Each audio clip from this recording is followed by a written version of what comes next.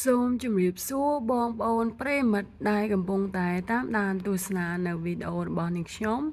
នៅក្នុងថ្ងៃនេះដែរនាងខ្ញុំសូមលើកយកជាបន្តតាក់ទងជាមួយនឹងអត្តចរិតទូទៅរបស់ឆ្នាំនីមួយៗហើយមកដល់វីដេអូនេះដែរគឺមកដល់មនុស្សដែលកើតនៅក្នុងឆ្នាំមមីអញ្ចឹងជាដំបូងយើងនៅក្នុងវគ្គទី1នេះយើងនឹងនិយាយអំពីអត្តចរិតទូទៅតាក់ទងជាមួយនឹងមនុស្សដែលកើតឆ្នាំមមីដែលយើងដឹងថាមមីគឺជាសេះឥឡូវយើងនិយាយអំពីលក្ខណៈអាកប្បកិរិយានិងចរិតលក្ខណៈសេះមានសមត្ថភាពឆ្លៀសវៃ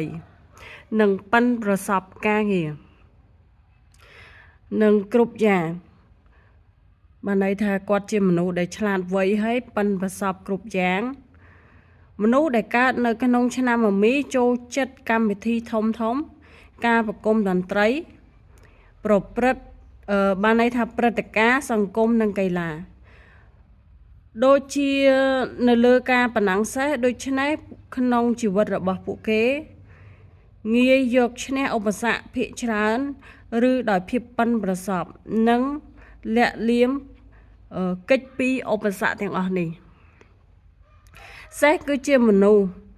មិនអាចទប់ទល់បានហើយងាយទទួលបានអ្នកតាមនិងអ្នកសរសើរចឹងបានន័យថាគាត់ទទួលបានអ្នកដែលដើរតាមគាត់អ្នកដែលសរសើរទៅលើគាត់ផងដែរពួកគេគឺជាអ្នកនិយាយដ៏អស្ចារ្យហើយនឹងពិភាក្សាស្ទើរតែគ្រប់រឿងទាំងអស់ជាមួយនឹងទឹកចិត្តដ៏អស្ចារ្យសេះច្រើនតែជោគជ័យក្នុងនយោបាយព្រោះពួកគេអាចដឹកនាំនិងគ្រប់គ្រងវងមនុស្សបានពួកគេនឹងដឹងនៅអ្វីដែលមនុស្សចង់ស្ដាប់និងនិយាយពីព្រោះពួកគេរៀបចំខ្លួននិងបានន័យថារៀបចំខ្លួន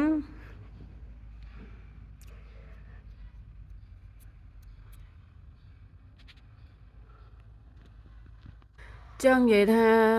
គាត់បានរៀបចំខ្លួនទុកព្រមទាំងធ្វើការស្រាវជ្រាវតាក់ទងជាមួយនឹងអ្វីដែលមនុស្សចង់ដឹងអ្វីដែលអ្នកដែលគាត់100អញ្ចឹងណាចឹងបានន័យថាគាត់រៀបចំខ្លួនមុនហើយធ្វើការស្រាវជ្រាវឲ្យសម្រាប់មុននឹងការនិយាយរបស់គាត់សេះមានជំនាញនិងឆ្លាតទៅទៀតប៉ុន្តែច្បាស់ណាស់ដោយគេដឹងបែបនេះ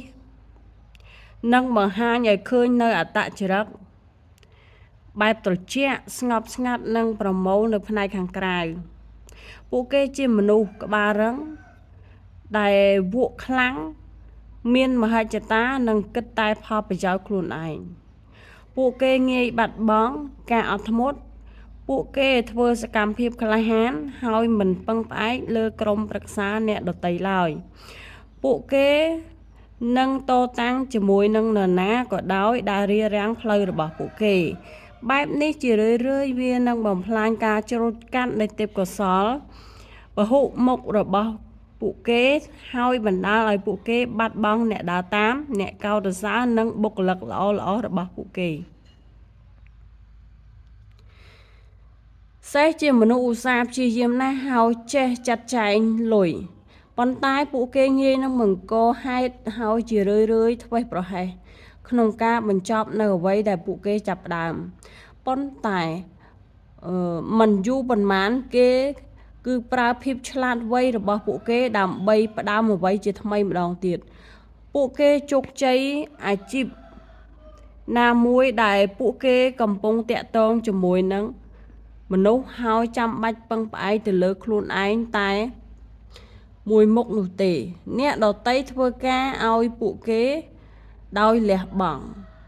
មនុស្សស្រីដែលកើតនៅក្នុងឆ្នាំមមីត្រូវបានផ្ដល់អំណោយជាពិសេសជាមួយនឹងមុខមាត់និងរូបរាងស្អាតលក្ខណៈនេះនឹងអនុញ្ញាតឲ្យពួកគេដល់នៅគោលដៅទាំងអស់ដែលពួកគេបានដើរទុកអញ្ចឹងនេះគឺជាអ្វីដែលអ្នកដែលគាត់ស្រាវជ្រាវហើយគាត់យកចងក្រងនៅក្នុងវ website ហើយយើងខ្ញុំបានស្រាវជ្រាវឃើញក៏យកមកបកប្រែហើយបកស្រាយឲ្យអ្នកទាំងអស់គ្នាបានដឹងអញ្ចឹងបើសិនជាមានការស្ដាប់ទៅតាក់ទងជាមួយនឹងអត្តចរិតទូទៅអ្នកខ្លះស្ដាប់ទៅថាអូខ្ញុំមិនអញ្ចឹងទេ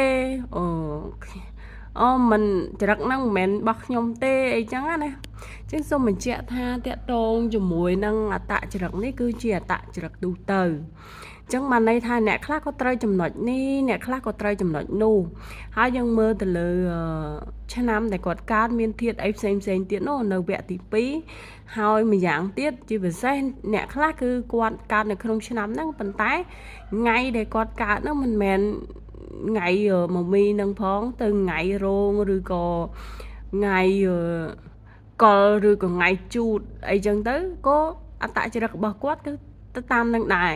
ហើយអាចំណែកដែលទូទៅហ្នឹងក៏វាមានភាគតិចអញ្ចឹងទៅអញ្ចឹងគឺថាគេថា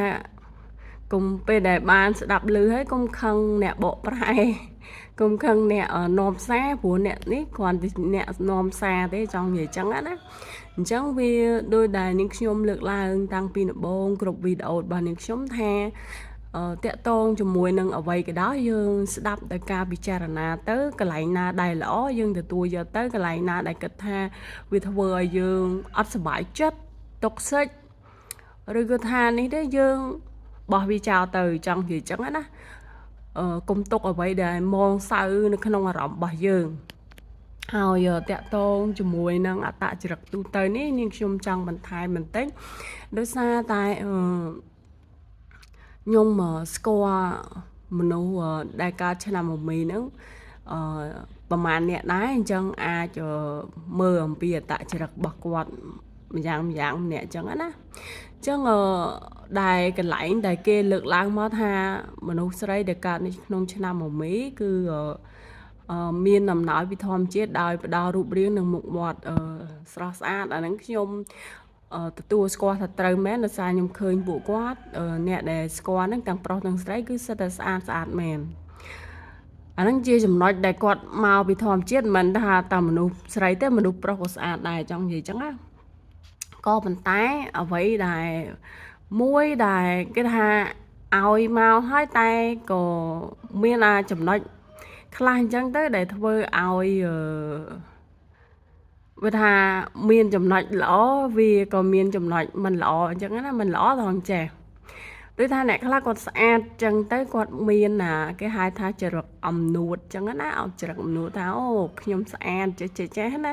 អញ្ចឹងនៅពេលដែលគាត់ពពួកហ្នឹងនៅពេលដែលគាត់រើសដៃគូគាត់ត្រូវការអ្នកស្អាតដូចគាត់អញ្ចឹងចង់និយាយអញ្ចឹងណាអញ្ចឹងបានន័យថាគាត់ស្អាតដែរគាត់រើសអ្នកដៃគូដែលស្អាតដែរអញ្ចឹងខ្ញុំចំណាំមើលទាំងប្រុសទាំងស្រីណាចំណាំមើលឲ្យតែគាត់មានគេថាគំនិតឬមួយគាត់ថាការគិតមកបែបហ្នឹងណាភាគច្រើនគឺគាត់តែងតែរើសខុសហើយមិនដែលបាននេះទេមិនដែលបានសំណងគាត់ទេចង់និយាយចឹងណាអញ្ចឹងដូចអ្នកដែលខ្ញុំស្គាល់គាត់មានកើតនៅក្នុងឆ្នាំមមីដែរគាត់អញ្ចឹងគាត់ស្អាតគាត់មានសមត្ថភាពនិយាយរួមទៅគឺថាគាត់មានអ្វីដែលគេហៅថាមូលដ្ឋានគឺជាចម្បងសម្រាប់ឈរអញ្ចឹងទៅគាត់រៀងអំនួតទៀតអញ្ចឹងនៅពេលដែលគាត់រើសអ្នកណាម្នាក់ចូលមកក្នុងជីវិតរបស់គាត់គឺអ្នកទាំងអស់ហ្នឹងគឺត្រូវបានន័យថាបើគាត់មានប្រាក់ខែលើសបានន័យថាប្រាក់ខែគាត់ប៉ុណ្ណេះអ្នកដែលគាត់ចង់រើសមកចូលក្នុងជីវិតរបស់គាត់ហ្នឹងតើលើសពីគាត់មួយឬក៏គាត់នឹងពីរអញ្ចឹងទៅគាត់ទទួលយកក៏រូបរាងស្អាតអញ្ចឹងទៅតើបើគាត់រើសមកក៏រើសតែអ្នករូបរាងដែលរាងស្អាតជាងគាត់អញ្ចឹងទៅហ្នឹងគាត់គិតអញ្ចឹងណាហើយអាហ្នឹងជាអ្វីបាត់ពិសោធន៍ដែលខ្ញុំបានឃើញបានឮពីគាត់ផ្ទាល់តែម្ដងអញ្ចឹងពេលខ្លះទៅមានជំរើសដល់ទៅ2គាត់ពិបាកសម្រេចចិត្តមួយថាបានន័យថាការងាររូបរាងអ្នកខ្លះទៅស្អាតដែរក៏ប៉ុន្តែប្រាក់ខែតិចជាងគាត់ចឹងទៅ អ្នកខ្លះរូបរាងមិនសូវស្អាតប៉ុន្តែគេមានមុខរបររកស៊ីរបស់គេចឹងទៅដល់ចឹងពេលខ្លះគាត់ជួយចិត្តប្រៀបធៀបមនុស្សឆ្នាំអ្វីហ្នឹងគឺគាត់ជួយចិត្តប្រៀបធៀបអញ្ចឹងអ្នកនរគ្នាគិតទៅការប្រៀបចុះប្រៀបឡើងប្រៀបចុះប្រៀបឡើងគឺគាត់អត់បានសមបំណងអ្វីដែលគាត់សម្រេចចង់បានទេអញ្ចឹងបានន័យថាបើគាត់យកអ្នកនេះវាខ្វះចំណុចនោះបើយកអ្នកនោះខ្វះចំណុចនេះអញ្ចឹងធ្វើឲ្យការសម្រេចចិត្តរបស់គាត់ហ្នឹងនៅរាំងស្ទះអញ្ចឹងហើយដល់ពេលអញ្ចឹងសួរថាលទ្ធផលចុងក្រោយមិនលទ្ធផលចុងក្រោយគឺគាត់អត់ទទួលបានអ្វីដែលគាត់ចង់បានអញ្ចឹងណាអញ្ចឹងពេលខ្លះសូមគិតដោយពិចារណាហើយជ្រើសរើសអ្វីដែលយើងគិតថាល្អសម្រាប់ខ្លួនឯងចង់និយាយចឹងណាជាសេចក្តីសុខផ្លូវចិត្តចឹងទៅប៉ុន្តែភាគច្រើនមនុស្សឆ្នាំអមីដែលខ្ញុំសង្កេតឃើញណាមិនថាខ្ញុំប្រាប់និយាយរួមទៅ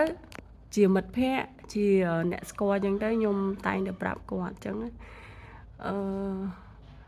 សូមកុំប្រៀបធៀបច្រើនពេកចង់និយាយចឹងគាត់យកអ្នកនេះទៅប្រៀបធៀបអ្នកនោះប្រៀបធៀបអញ្ចឹងវាអត់មានសេចក្តីសុខផ្លូវចិត្តអញ្ចឹងបើគាត់សម្រេចចិត្តថារើសយកអ្នកណាពេញចិត្តអ្នកណាហើយគាត់យកអ្នកហ្នឹងទៅហើយកុំប្រៀបធៀបទៀតចង់និយាយចឹងកុំប្រៀបធៀបថាអ្នកមុនហើយអ្នកក្រោយអ្នកនេះមិនអ្នកនោះមិនអញ្ចឹងបើកាលណាគាត់នៅតែប្រៀបធៀបអត់មានសេចក្តីសុខផ្លូវចិត្តចង់និយាយចឹងអានេះគ្រាន់តែជាការផ្ដាំផ្ញើជាគំនិតគួរពិចារណាបើស្ដាប់ទៅយល់ថាល្អក៏គិតទៅទទួលពិចារណាទៅតែបើមិនល្អទេសូមបោះវាចោលទៅដូចខ្ញុំនិយាយចឹងណាអ្នកខ្លះមនុស្សខ្លះគឺផ្ដល់នៅគំនិតយោបល់ល្អប៉ុន្តែអ្នកខ្លះក៏ស្ដាប់មិនចូលចឹងទៅអញ្ចឹងអ្វីដែលយើងគិតថាវាគេនិយាយល្អប៉ុន្តែយើងស្ដាប់មិនចូលគឺយើងបោះចោលចឹងណាចង់និយាយចឹងកុំទុកឲ្យវាស្មុគស្មាញផ្លូវចិត្តអរគុណច្រើនសម្រាប់ការចូលមកកាន់ទស្សនាវីដេអូរបស់នាងខ្ញុំបើសិនជាចូលចិត្តសូមជួយចុច like ហើយបើចង់តាមដានទស្សនាវីដេអូរបស់នាងខ្ញុំជាបន្តសូមជួយចុច subscribe ផងអរគុណច្រើនសូមជម្រាបលា